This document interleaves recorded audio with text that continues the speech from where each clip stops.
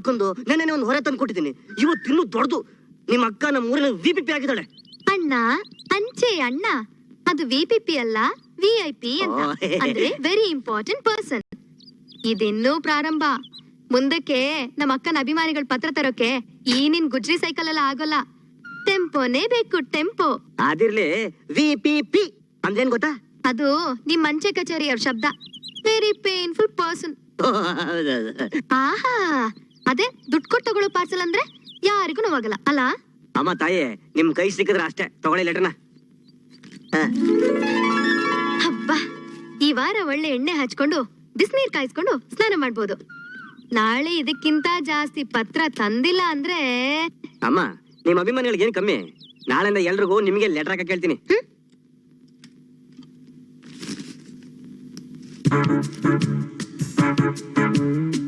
ಅಮೋರೇ, ಅಮೋರೇ,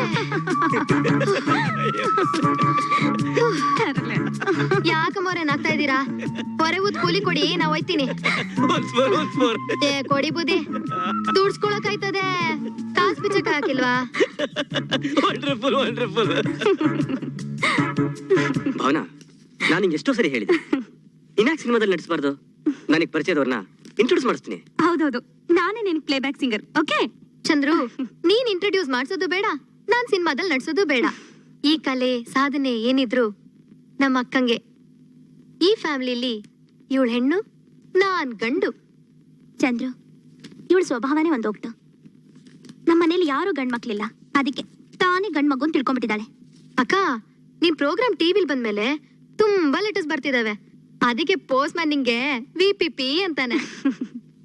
ಮೊನ್ನೆ ನಿಮ್ ಮನೆಗ್ ಬಂದಾಗ ದೊಡ್ಡಪ್ಪ ಹೇಳ್ತಾ ಇದ್ರು, ನನ್ ಫೋನ್ ಬಂದಾಗ ಮನೆ ಕೆಲ್ಸ ಎಲ್ಲ ಬಿಟ್ಬಿಟ್ ಬರ್ತೀಯಂತೆ. ಹಾಗೇನಿಲ್ಲ, ನಮ್ಮ ಅಂತಂದಲ್ಲಿ ಮೊದ್ಲಿಂದಲೂ ಸಾಹಿತ್ಯ ಸಂಗೀತ ಕ್ಷೇತ್ರದಲ್ಲಿ ಕೃಷಿ ನಡೀತಾ ಇತ್ತು. ಹೀಗಾಗಿ ನಾಳೆ ನೀ ಸಂಗೀತದಲ್ಲಿ ಹೆಸರು ಮಾಡಿದ್ರೆ ನಮ್ಮ ಅಂತನಕ್ಕೆ ಹೆಮ್ಮೆ ಅಲ್ವಾ? ಹೌದೌದು ಚಂದ್ರು, ನಮ್ ಮನೇಲಿ ಅಕ್ಕಂಗೆ ಸಾಸಾ, ನಂಗೆ ಬಾಬಾ ಅಂತಾರೆ. ಹಾಗಂದ್ರೆ ಸಾಸಾ ಅಂದ್ರೆ ಸಹನ ಇಲ್ದಿದ್ ಸಹನ, ಬಾಬಾ ಅಂದ್ರೆ ಭಾವನೆಗಳಿಲ್ದಿದ್ ಭಾವನಾ. ಚೆನ್ನಾಗಿಲ್ವಾ? ಚೆನ್ನಾಗಿದೆ. ಏಯ್, ಸುಮ್ನೆ ನಿನ್ ಕೆಲ್ಸ ನೋಡೆ. ಅದ್ನೇ ಮಾಡ್ತಾ ಇದೀನಿ.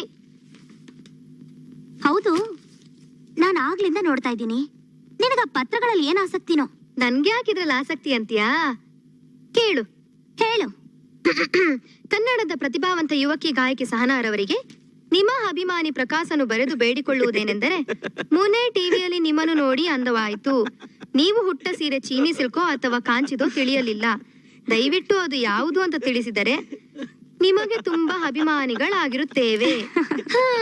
ಇತಿ ಪ್ರಕಾಶ. ಹೇಗಿದೆ ನೋಡು ನಿನ್ನ ಅಭಿಮಾನಿ ಲೆಟರು. ಈ ತರ ಪತ್ರ ಇನ್ನೆಷ್ಟಿದ್ಯೋ ಏನೋ. ದೊಡ್ಡೋರು ಇದಾರೆ ಅನ್ನೋ ಹೆದರ್ಕೆ ನಿಮ್ ಮಕ್ಕಳಿಗಿದ್ರೆ ತಾನೇ? ನನ್ ಮಕ್ಕಳು ನಿನ್ ಮಕ್ಕಳಲ್ವಾ? ಇದ್ದು ಬರಹ ಅಂದ್ರೆ ಇದು.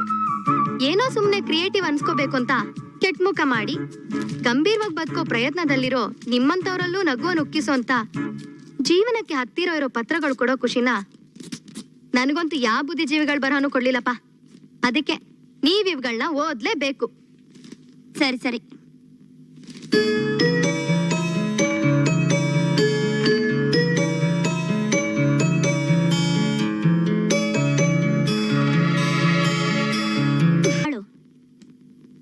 ಸಹನಾ ಅವರಿಗೆ ಸುಶೀಲನ ಅಭಿನಂದನೆಗಳು. ಟಿವಿ ಕಾರ್ಯಕ್ರಮ ಚೆನ್ನಾಗಿತ್ತು. ನಿಮ್ಮ ಹಾಡು ಕೇಳಿ ಒನ್ಸ್ ಮೋರ್